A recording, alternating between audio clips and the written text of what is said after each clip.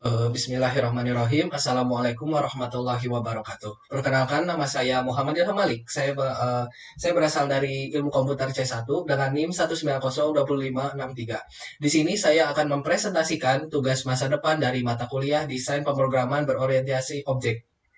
Nah, sebelum saya mempresentasikannya, saya akan membaca janji terlebih dahulu, yaitu saya Muhammad Ilham Malik mengerjakan tugas masa depan dari mata kuliah Desain PPO untuk keberkahannya. Maka saya tidak melakukan kecurangan seperti yang telah dispesifikan. Amin. Oke, baiklah. Mari kita lanjutkan. Di sini saya akan mempresentasikan aplikasi yang sudah saya buat. Nah, sebelum berlanjut membahas tentang fungsi-fungsi, mari kita kompilasikan folder yang saya buat ini. Foldernya itu dari source. Nah, kita compile satu-satu ya, Java model ya. Lalu view model, view dan Java main Java. Oke, nah di sini kita tinggal menekan enter untuk menjalankan aplikasinya. Sebelum menjalankan aplikasinya, saya akan menjelaskan alur frameworknya terlebih dahulu. Alur framework yang saya gunakan itu adalah model view model. Nah, di mana model ini dia bertugas sebagai enkapsulasi data, lalu view ini bertugas untuk memperlihatkan dan view model ini di mana proses logika bisnis itu terjadi. Nah, pertama alurnya itu dimulai dari view, dari luar maksudnya. Pertama alurnya dimulai dari kelas main tentu saja. Lalu dia akan menggunakan kelas main menu, dia menginstansiasi kelas main menu, lalu dia akan merunnya. Nah, setelah dia merun kelas main menu akan menampilkan kurang lebih seperti ini. Sesuai yang dispesifikasikan, ada judul, ada username, ada table, dan ada tombol main dan tombol keluar. Nah, tombol main atau tombol keluar ini, saya mengasumsikan jika username tidak diisi, maka akan melakukan username default. Jadi akan diberi nama player one jika memencet main tanpa mengisi si username ini. Nah, jika memencet button keluar, tentu saja dia akan keluar, exit.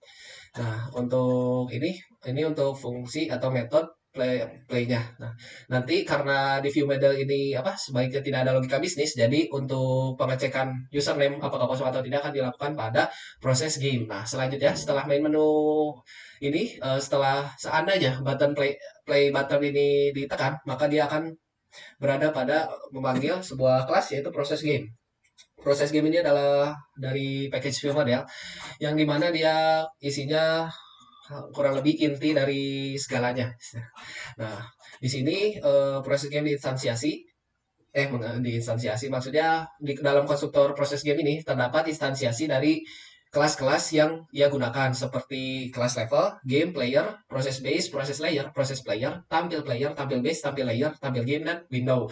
Nah, di sini ada public enum state ini untuk mengecek state yang sedang ada saat ini. Nah, untuk pertama kali dimulai, state itu adalah game, yaitu gamenya sedang berjalan. Nah, selanjutnya ini ada logika bisnis yang tadi saya katakan, jika username-nya tidak diisi, maka akan mendefault player one. Nah, ada pemanggilan untuk menggunakan audio, lalu di sini pembuatan layer-layer. Nah, lalu di sini ada eh,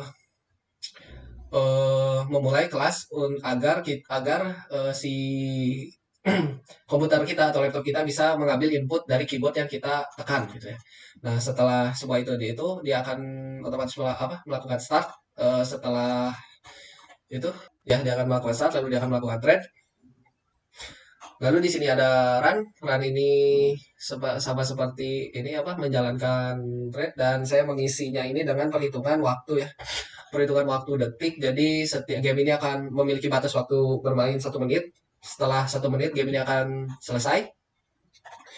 eh di sini juga ada ini dia untuk menghentikan lagunya. Stop di sini untuk memanggil tadi stop. Mana sih tadi stop? Nah ya, startnya tadi sudah dipanggil karena sudah dipanggil. Nah, di sini ada tik ini berisi proses manipulasi data. Di sini ada player tick, ada PL tick. Nah, kita lihat di sini ada proses player. Proses player di sini yang semuanya sesuai spesifikasi soal. Di sini tick itu ada seperti dapat bergerak ke kiri dan ke kanan dan dapat bergerak ke atas. Nah, di sini ada get bounce yang dimana untuk menjaga benturan-benturan. Benturan yang pertama kali terjadi itu benturan dengan lantai, base-nya. Nah, selanjutnya adalah benturan dengan window, saya asumsikan jadi dia tidak boleh tembus. Dan yang terakhir, benturan terhadap layer-layer di atasnya. Nah, di sini ada benturan top, bottom, left, and right, ya, kiri kanan gitu. Jadi semua sisinya dispesifikasikan di sini. Ada get bounce top, get bounce bottom, get bounce left, dan get bounce right. Nah, sini ada player jumping, ini logika untuk melompat ya. Jadi dia tidak terus-terusan ke atas. Selanjutnya di sini ada get set player untuk mengambil data dari player yang ada di model karena di view tidak bisa, jadi harus melalui perantara. Nah, selanjutnya ada proses layer. Proses layer ini di mana si lubangnya di sini tick, ini tick itu dia untuk pergerakannya. Nah, di sini dia harus dimulai saat create dia akan menentukan apakah dia berjalan ke kanan atau ke kiri. Nah, di sini ada penentuan lubang randomnya. Jadi penentuan lubang randomnya itu yang bukan nomor sekian, dia apa? Jadi saya merandom sebuah nomor integer 1 sampai 10 karena di sini totalnya ada 12 kotak. Nah, nanti yang nomornya tidak sama dengan nama render itu, dia tidak akan merender si kotaknya gitu. Nah, oh iya sebelum itu juga saya harus menjelaskan dulu bahwa si layer ini terdiri dari kotak-kotak. Jadi pasangan kotak-kotak yang dimana nanti disimpan menjadi linked list. Nah, di sini ada pergerakannya, jadi dia bisa ke kanan atau ke kiri.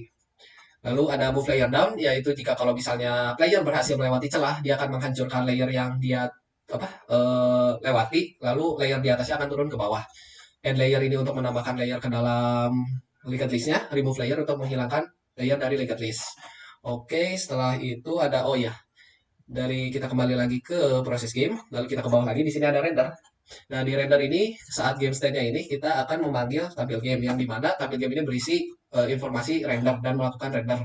Di sini ada render game state dan ada render game over. Nah, pada render game state dia juga akan mengambil tampil player, tampil base render dan tampil player render ya. Intinya dia merender semuanya gitu. Jadi proses perubahan datanya diproses lalu akan di render, proses render.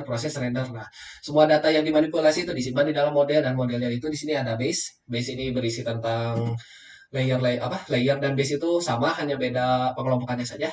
Kalau base itu di bawah, kalau layer itu dia yang menjadi lantai-lantainya. DB ini program yang Ibu Rosa buat untuk menghubungkan ke MySQL. Terus ada game ini berisi seperti width, height, scale, data-data dari ya ukuran-ukurannya. Lalu ID di sini untuk mencirikan setiap komponennya.